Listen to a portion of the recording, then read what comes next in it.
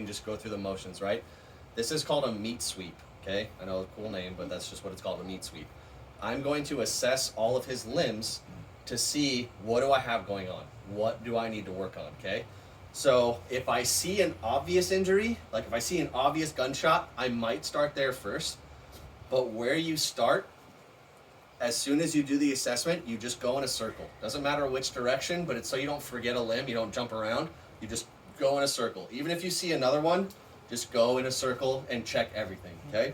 So what I'm going to be doing is I'm going to be checking for anything wrong, pretty much. I'm going to be checking for gunshot wounds, blood, if the bone moves funny, like it shouldn't, if it makes funny noises, okay? Like, so I'm going to assess. So, okay, I'm going to start high and tight, okay? This is why in a civilian setting it's really important to talk to what you're doing. Hey, I'm going to be checking for this because I'm about to be really close to a very sensitive area, right?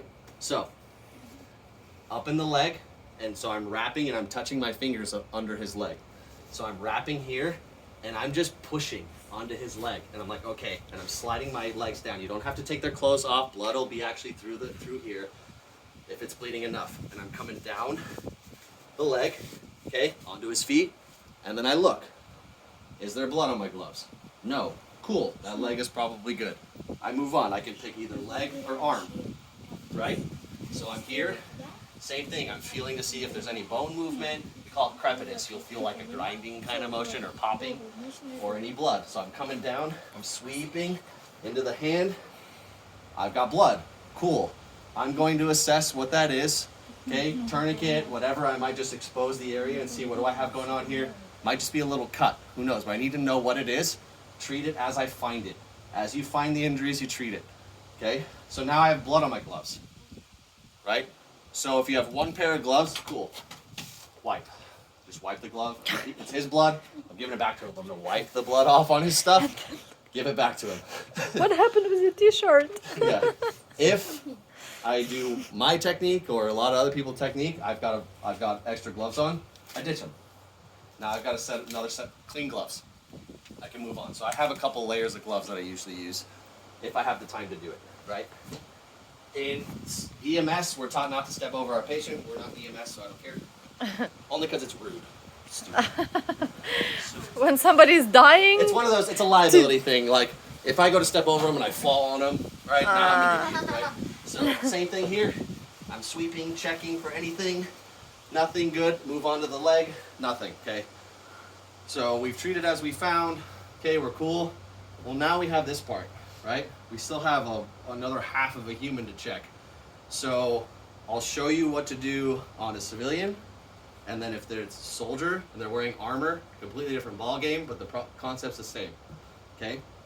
So for him, if I'm approaching the side, I like to approach him from the front because in this setting, we're out of the warm or hot zone. Like, we're not being shot at, everything's clear, I can work now. We don't do this if there's still enemy contact. This is the tactical field care section of part that we do. We make sure that there's no threats. Now, there's still the possibility of threats all the time, but right now there's no active threats. I can use two hands on him.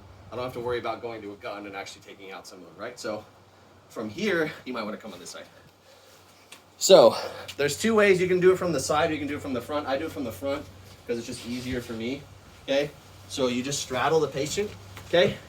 So now I'm gonna check his torso, okay? So I'm gonna see if there's any blood, same thing, any blood, any kind of moving stuff that's funny. So you can do it under the shirt or over the shirt. I'll do it over the shirt just for now, but under the shirt would be ideal because then you can actually kind of feel it a little better. But you're basically just going to angel wing here, and I'm going to pull down, all the way down, and I'm going to look, no blood, cool. Up into the armpit, down his side, look, no blood, cool. Now he's got his back, right? So now I'm going to grab him. You don't have to help me. I'm going to grab him and hold, and I'm going to do the same thing. I might lift up his shirt and check the same thing, but I'm doing the same thing. I'm wiping down his back, and I kind of bear claw it, because if there's a hole, my finger might go into it and be like, oh, there's a hole there. It's not supposed to be there, right? And then I'm going to check his back. Cool. I lay him down, and then we go.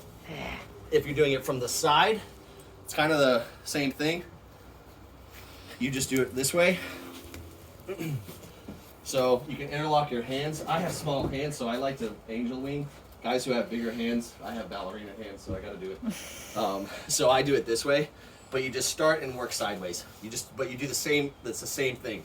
I'm just checking every wipe. I check for blood. Every single swipe. I can go down here, come across, look, no blood, cool. When I go to roll him, I'm gonna take his arm, put it between my leg. I'm gonna take this knee, kind of like this, and then I'm gonna grab him from the hip here, and I'm gonna roll him, okay? And I'll bend his leg so that it's like a tripod right here. And I'm just holding it with one hand, and then I just do this, same thing. I just check, cool, I can roll him back, and we're good to go. So that's kind of the